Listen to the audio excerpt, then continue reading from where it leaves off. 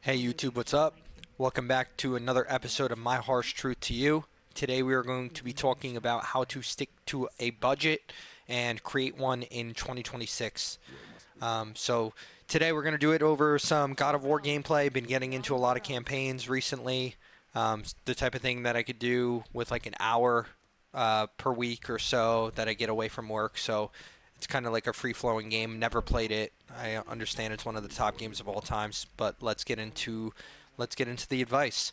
So essentially, my viewpoint on budgeting has always been the type of thing where it is a guideline, but not necessarily a rule that you need to live by, sort of thing. And what I mean by that is a lot of people look at budgeting as this sort of thing where it's like, holy shit, like I have to stick to this budget and I'm being penalized for it.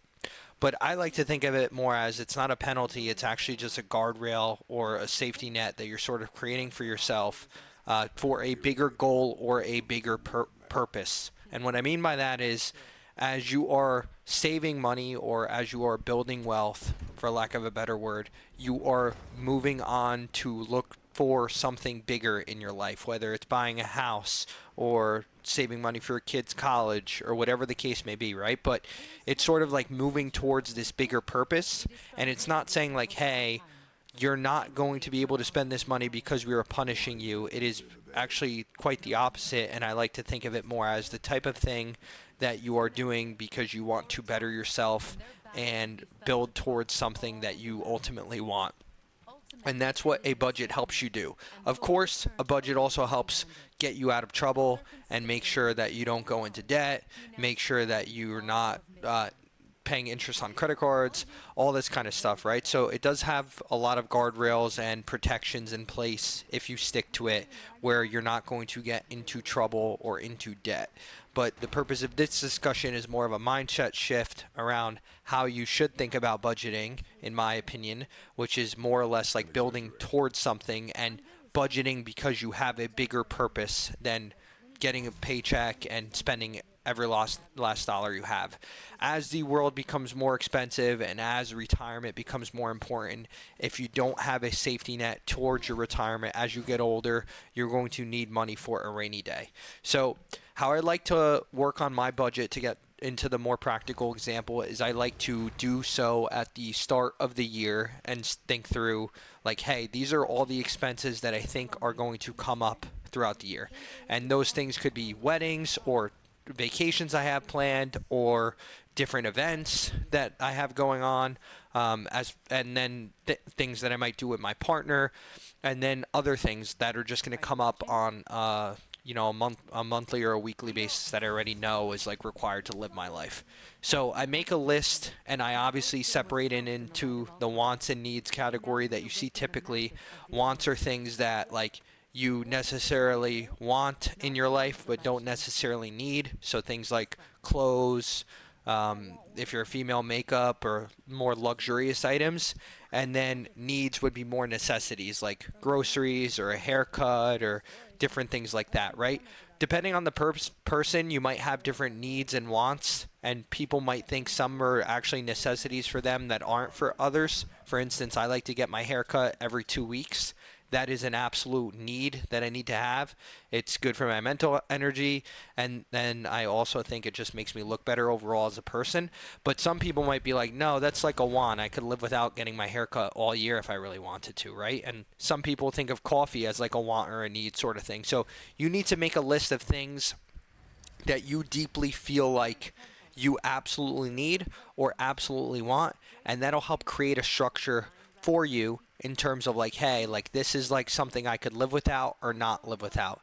And break that out by month. So you're going to want to go through and make a list of your wants and needs by month. In your needs, you're also going to put in any trips or any major things you have planned that you absolutely need to go on. So these aren't like optional vacations. This is like, hey, my best friend is getting married in another country and I have to take this trip, barring something catastrophic where you can no longer go, sort of thing.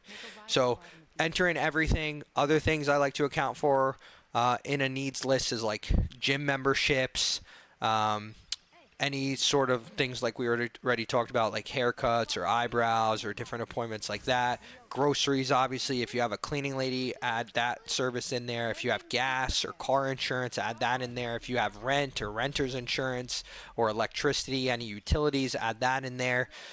Dry cleaning, if you do that, add that in there. Any household supplies you need to buy, like toilet paper, paper towels, things like that, add that in there.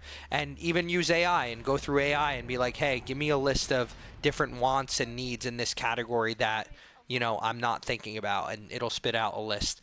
So for me, I split everything out into 3 different categories: needs, wants, and debt. Debt could be like student loan payments, for instance, or car payments, for instance, if you have that. In my needs, I transparently have things like my gym membership, my car insurance, my haircut, any of the trips I'm going on, like the destination weddings, the cleaning lady, the groceries, the gas, the household supplies, the dry cleaning. And then in my wants, I have any eating out I'm doing to like restaurants or Ubers or things like that. And then any entertainment I'm doing, like if I'm going to go to a NBA game or if I'm going to get tickets to a concert or things like that, that would fall under entertainment or fun, for lack of a better word. And then shopping is another category, which I don't buy too many clothes, but if I wanted to buy clothes, you know, that would fall under that category. So you're essentially going to want to break out how much you're going to bring in each month, and then you're going to want to break out how much you think you're going to spend in each of those categories each month, and give yourself enough buffer where you're going to need to account for some months you're going to spend less and some months you're going to spend more. So try to do your best to predict what you think might happen. And then as each month happens, each week on Monday, basically go in and be like, okay, I spent this much on this category already. So like eating out, I spent $200 this week on eating out. So now I have $200 left in my monthly budget.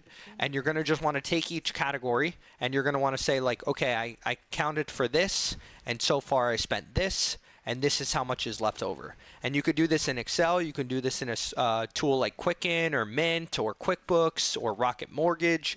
There's plenty of different services that you can use to make this easier. If you go in the App Store and you just type in Budget Tracker, there's tons of different apps. For me, I just use like a simple Excel spreadsheet, and I'm happy to share an example if anyone wants it in the comments. But point is, you go in, you make a list of all your different expenses, you break out how much you're going to make each month, and then you kind of subtract and track on a weekly basis. For me, I actually do it daily because, you know, I have a partner and we have multiple credit cards and things are a bit more complicated.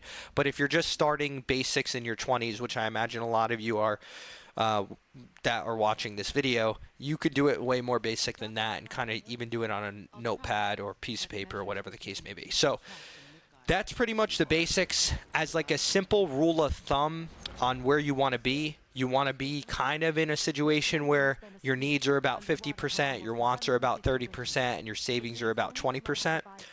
That's sort of the guidelines you live by, and everything else you can either save or invest that's left over.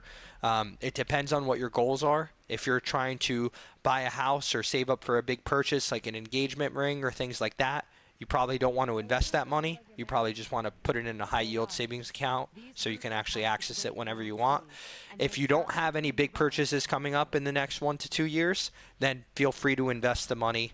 And we'll have other videos on this channel that cover investing. I don't want to go into it right now on this video, but in future videos we will cover it. So click the subscribe button if you want to see more content. I'm going to try to post here weekly at a minimum, if not much more in 2026.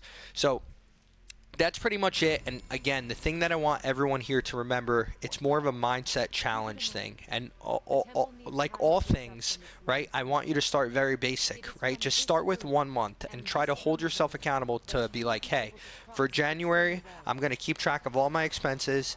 I'm going to really watch what I spend. I'm going to think before I actually swipe the credit card or things like that, and only spend on necessities, and try to really keep myself to these guidelines that I've sort of laid out.